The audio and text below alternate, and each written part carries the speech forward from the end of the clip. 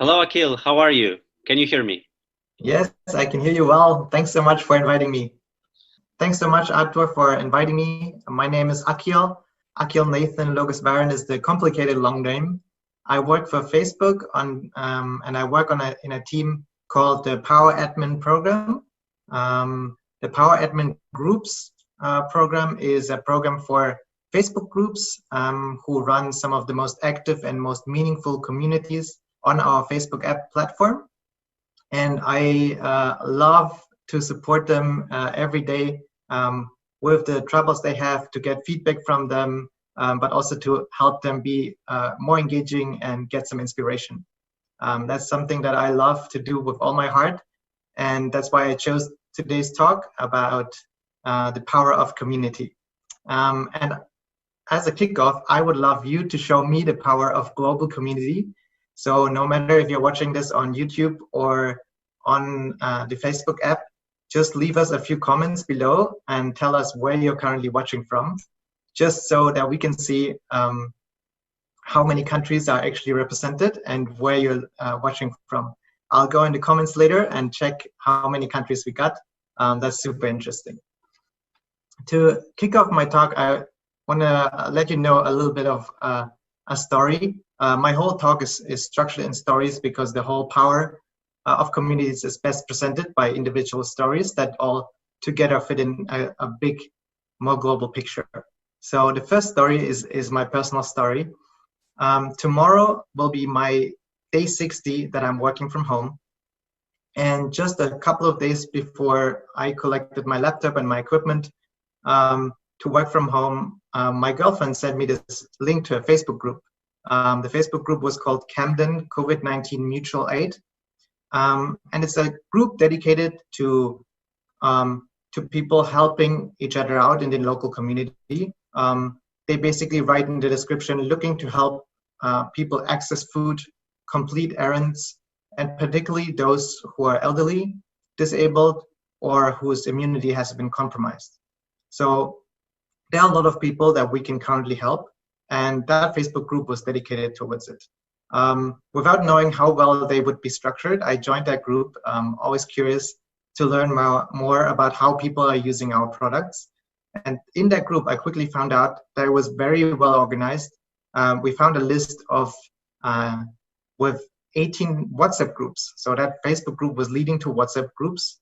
And for all 18 wards or neighborhoods in our district, there was a dedicated WhatsApp group.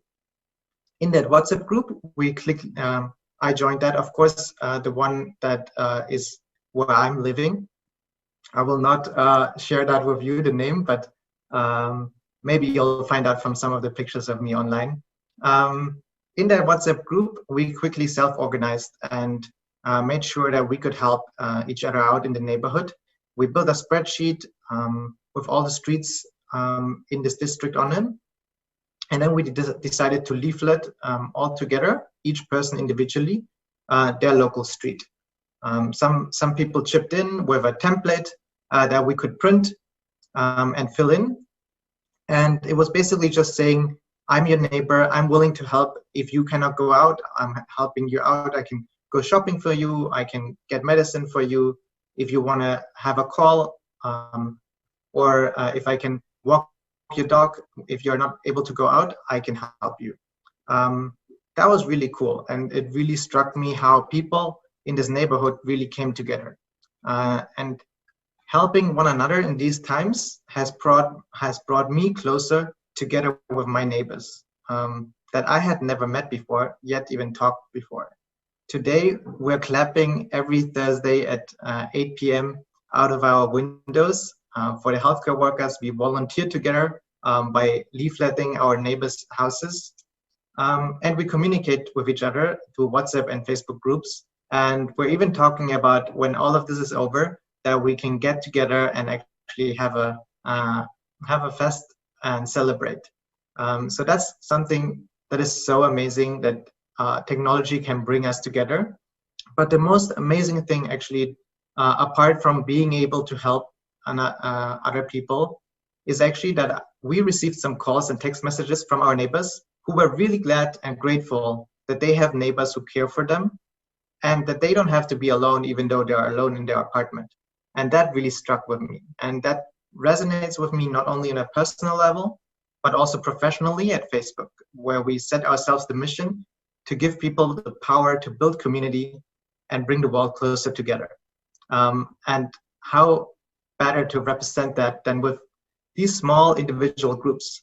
Now, this is just a story of that I've been part of. I haven't even led that. I've just joined and tried to do my part. But you have to multiply that by the millions of stories that are out there. And I can give you some numbers by what you should multiply it with, just to see the power of the community. So take the UK, for example. We have more than 1 million people in the UK who joined, and I'm currently a member of more than 1,000 of these local support Facebook groups that were set up against COVID-19. That's a pretty huge number, and they all have multiple stories like mine in there. If you go to Italy, a country that was hit almost the worst on an individual level, more than 3 million Italians are part of local support groups that were set up against COVID-19. So that is really a tremendous number and a tremendous amount of individual stories that multiply together to a really big scale. Now, most of us are staying at home or are supposed to stay at home, and we're also looking for things to do other than helping our neighbors out. But maybe also on a lighter note, we want to be entertained and look for different ways to interact with each other. Even there, look no further, just a few clicks away, you will be surprised what you can find. Maybe some entertainment that you haven't joined before. One of my favorite stories that I found working on Facebook groups was a group called Quarantine Karaoke. So the name literally stands for itself. A group that is called Quarantine Karaoke is really about singing karaoke songs. The group was founded by Joseph Myers in the US and is co-admin by Matt Larson. And if you go into that group, it's all about singing videos or sharing your favorite songs. And it's recommended that you go live and sing your own song, no matter at what time of the day you join that group, and you'll always find people singing and trying their best, which is simply beautiful. The only requirement to join that group is positive vibes and fun. I have a little quiz for you. That group was founded 2 months ago, so you can let me know in the comments what you guess what the size of the group is currently. I will reveal that in a couple of seconds, so let me know in the comments how big you think this group that sounds crazy and is beautiful is today. And I'll let you know in a couple of seconds. This group enables such a tremendous amount of beautiful stories.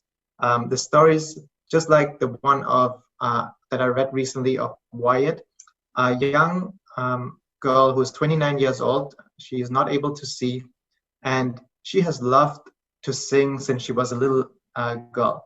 But it wasn't until the stay-at-home order during COVID-19 that she actually found her perfect fan base in that group. There are tons and thousands of people who are following her now.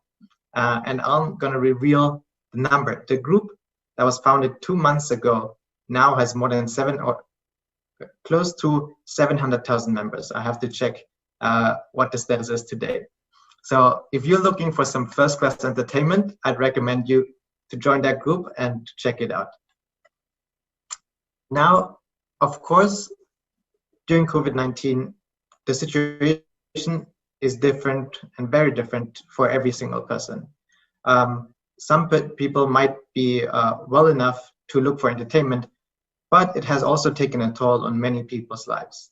And a lot of people not only worry about their health, but struggle financially, and their families are looking for stability and ways to connect. There are really beautiful stories also around groups that really help you overcome some of these anxieties and to connect to other people, to really think about that and talk about that and maybe find some help. Communities like the one of Gloss Kelly in Brazil, that is a group that is run called Falando de Ace. I don't speak Portuguese, so it's difficult for me to pronounce, but it literally means speaking of ACE. It's a community dedicated to Afro-Brazilian spirituality. In that group, that is usually not their main topic, but in that group now, they not only take care about their members to stay informed on and spread official news, but they actually managed right now to bring in professional services, such as doctors who provide advice via Facebook Live to regions that were not covered before, as well as bringing in lawyers, psychologists, and really people that can help each other out and answer some questions really well. These were 3 stories that I wanted to share with you to show you the real power, but I'm going to end again on a personal story. So I just want to show you that it doesn't always have to be as big as organizing an entire city in exact districts, like the first examples, where every neighborhood had groups and WhatsApp groups set up to support each other. But it can be as simple as doing something to make a person smile. And to close that, I'm going to share this last story with you. So as I was a few weeks in to staying at home, working from home, I was looking into things to do that I hadn't done in a long time. So I realized that it's been at least 15 years since I last touched my hands on a puzzle, jigsaw puzzle. So I looked through different online stores, looked on Amazon, but most of the puzzles, when I wanted to order them, were were weeks away, maybe even months away. So it was really difficult to find a puzzle that would arrive in time for me to really enjoy it in the next couple of days. So I wrote it to my local Facebook group called Germans Living in London, where I could get a puzzle in these days. Within just a couple of minutes, I had tons of comments and suggestions.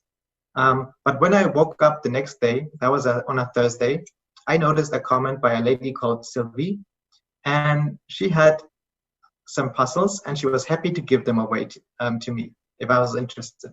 Obviously, I was interested. I told her that I would be super happy. She sent me some pictures. They were amazing. So I asked her what she wanted for it.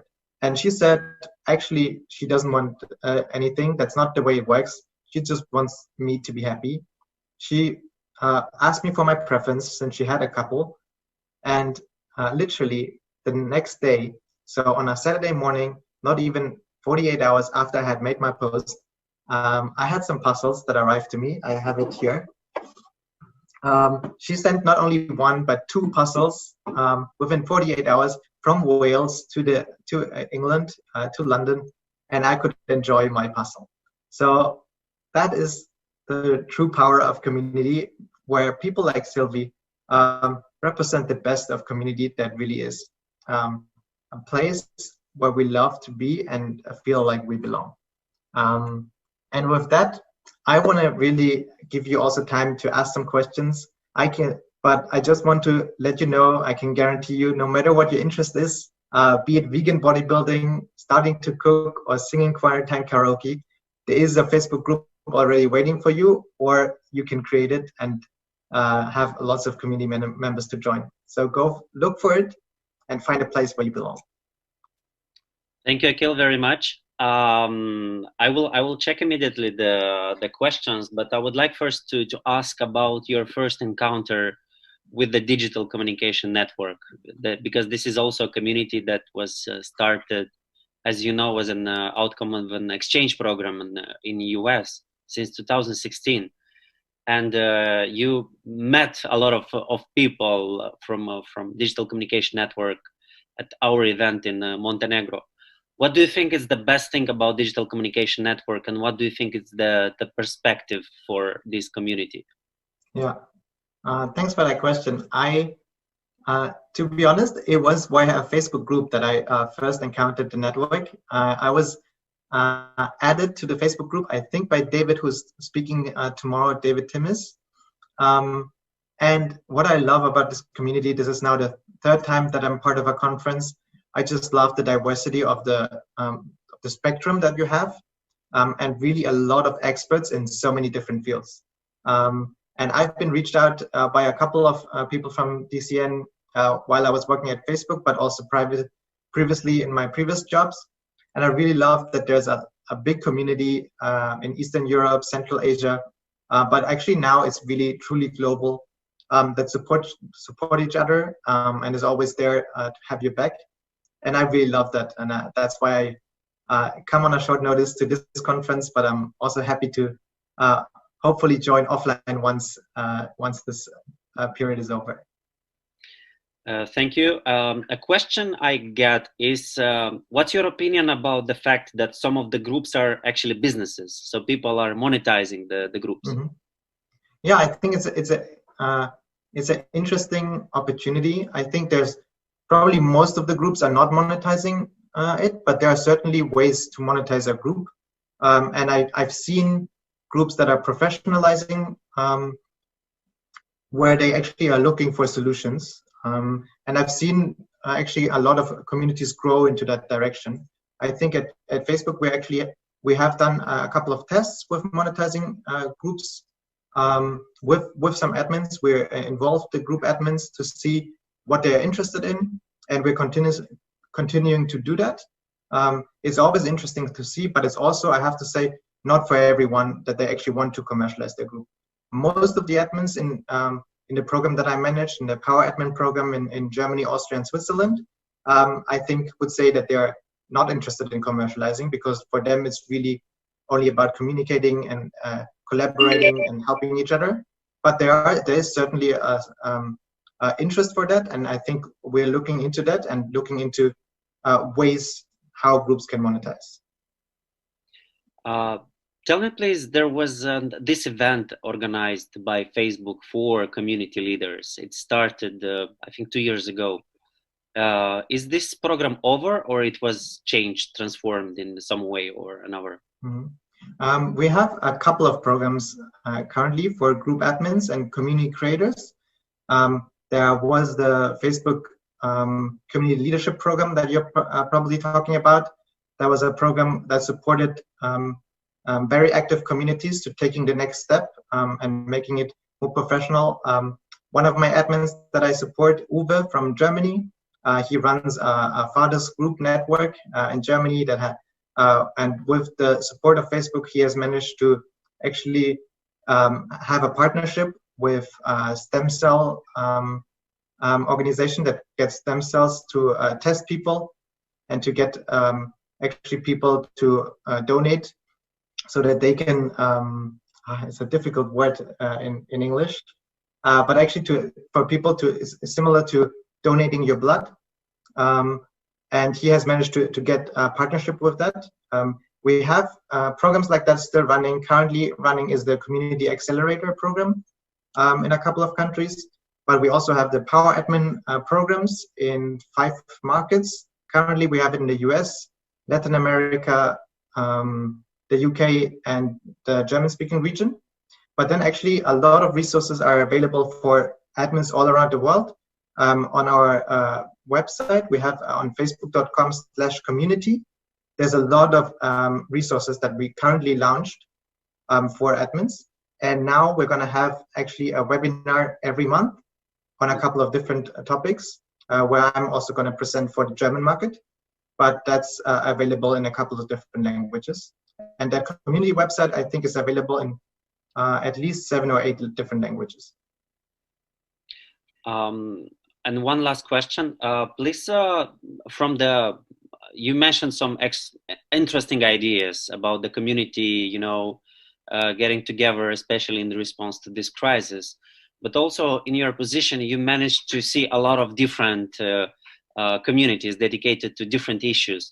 What would be maybe some of the examples that you think could be like an inspiration for people who watch us? Maybe they will decide to start a new community, a new regional thing that you see working and being very, very cool somewhere else.